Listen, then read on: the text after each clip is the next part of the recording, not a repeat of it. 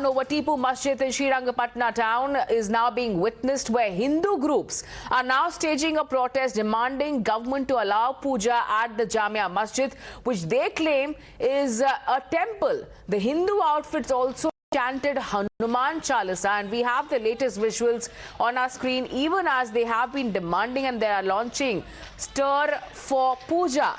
That's their demand, even as there has been an ongoing showdown over the Tipu Masjid, even as we have seen as to how the state government has now demanded an ASI survey of the Tipu Mosque, but the Muslim side are opposing it, Hindu groups invoking the 1985 note to prove the temple's existence.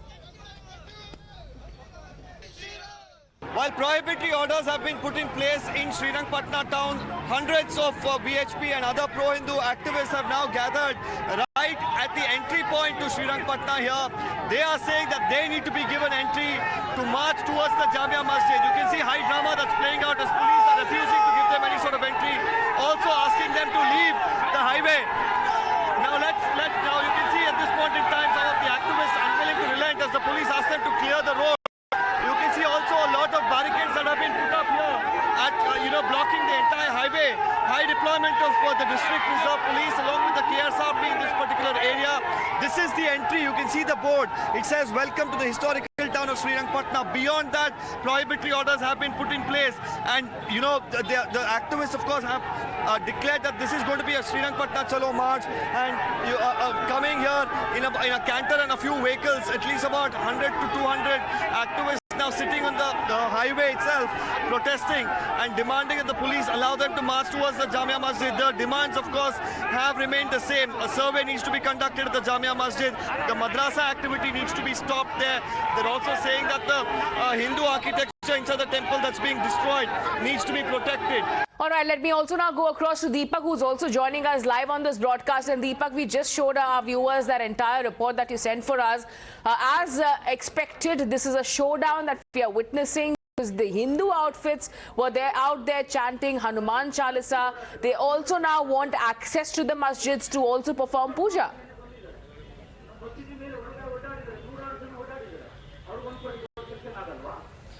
Yes, that is their primary demand. They are in fact continuing to place that as well, even as the gathering continues to remain at the same point that they were blocked by the policemen. I'm standing at the Kingano junction here, right at the entry point to Srirangapatna town. You can see this entire place even now has been sealed off. There are police vans, there are barricades and policemen who are guarding, the barricades, making it very clear that only at this point will they be allowed, and anyone trying to cross these barricades will be taken into custody and slapped with an FIR. That's something that the SP made very clear while he spoke to us earlier in the day. The police officials have communicated that to some of the leaders. Meanwhile, let me show you what's happening on the other side of the spectrum here. While the police deployment, of course, is in high numbers, about 200 to 300, workers of the VHP and other pro-Hindu organizations have gathered, some of them speaking right now, some of the VHP leaders who are right now speaking about the entire issue and communicating to the people about how this particular protest should continue in the future as well. They are condemning the district administration for imposing prohibitory orders.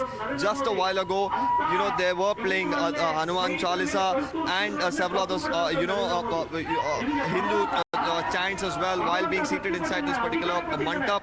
As far as the Karyakartas are concerned, they are saying that the protest will continue because they believe that this is a place of Hindu worship which was destroyed, and after it being destroyed, a masjid was built. So we really have to see, whether the ASI will come in with any sort of clear-cut response, because we of course have certain documents where in 2004 the ASI itself had said that they had raised objections to a madrasa being operated inside. That's one of the demands being placed by the VHP, that why is a madrasa being operated in an archaeological survey of India's site? With the ASI itself not giving a clear-cut permission, how is it being still done is a question that comes up. Whether the ASI will respond to that remains to be seen. There's a demand for a survey as well. And now as far as this particular property is concerned, it comes under the ASI, so if any survey has to be ordered, probably the ASI has to look into it at one point, unless the court, of course, intervenes, which right now in this particular matter, that's not the case. So a lot of issues, of course, still remain. The people here say that this is an Anjaneya or a Hanuman temple that has existed for hundreds of years. It was destroyed during the time of Tipu, over which a masjid now has been built, and they say it should be restored to its original form and the Hindus should be allowed to pray there. And stay with us, Deepak. Take our viewers to what's the state government saying, because remember, this is looking like a rerun of what has happened with Gyan Vapi, even as the state government is now demanding an ASI survey of the Tipu Mosque, but the Muslim side not agreeing to it. In fact, the Hindu groups were chanting Hanuman Chalisa, and now they are also invoking a note from 1985 to prove the temple's existence.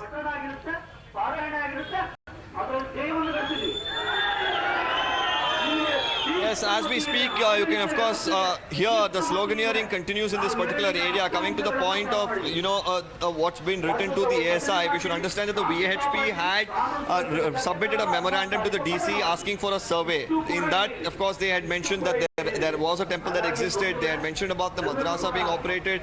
They had said that, Hindu sculptures inside are being destroyed. All of these contents have been forwarded by the district administration to the ASI. So, as of now, whether the ASI will look into this, in fact, Deepak, stay with us, even as we have some more breaking news coming in as far as the entire issue is concerned. We have also now accessed a report coming in of the Mysore Archaeological Survey report. This is an annual report of the Mysore Archaeological Department way back in 1985 that says that the Jamia Masjid has been built atop a temple by filling up the ground floor.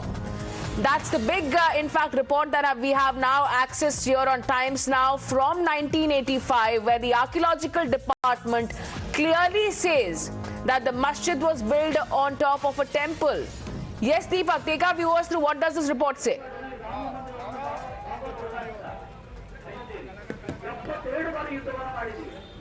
Well, the report here, while it speaks about several details, explains what are the monuments are in existence in and around this area. We should understand that in Srirangapatna, next to the Jamia Masjid, there are several places of importance which have been taken over by the ASI. One is the Jamia Masjid. There's also a place where Tipu's body was found. That place also is a historical monument taken over by the ASI. As they narrate different monuments here, when they talk about the Jamia Masjid, they make a mention that there was an Anjaneya temple there over which the Jamia Masjid has been constructed. So the Hindu groups, of course, are using this document time and again to make mentions that, it is on record that there was a Anjaneya temple in the past.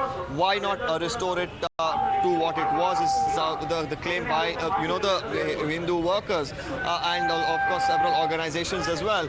Now on the other side, we should understand when the ASI really took over this particular area, they were aware of what the antecedents of this particular property, but while they considered it a historical monument, it was a mosque, and there has been no objections to it raised by the ASI at that point in time or any of them. So that's the claim by the Tipu Waqf estate members and other people who are backing the Muslim side. They're saying, why all of a sudden is this issue being raked up, and it's unnecessarily being done to flare up emotions ahead of the elections in Karnataka, as the claim come in. And now you can see several of the workers once again being made to sit down.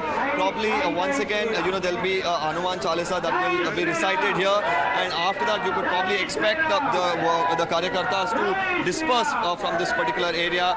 You can see a small mantap of sorts that has been built here. Now all of them being seated inside.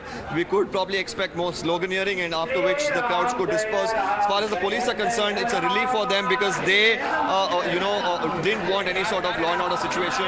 And as we mentioned, you can see now once again chants have just begun at this particular area, just about 500 to 800 meters from the Jamia Masjid, with the Hanuman statue being placed here right in between the mantap.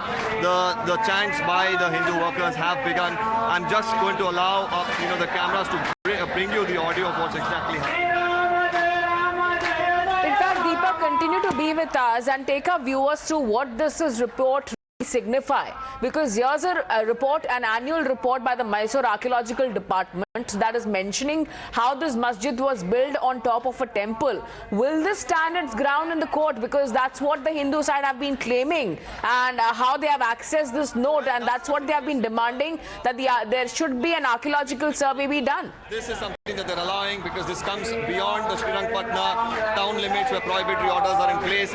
Any activity beyond this will be considered in violation of 144. Action will be initiated. As far as the VHP and the other organizations gathered here are concerned, they're saying this protest doesn't end here.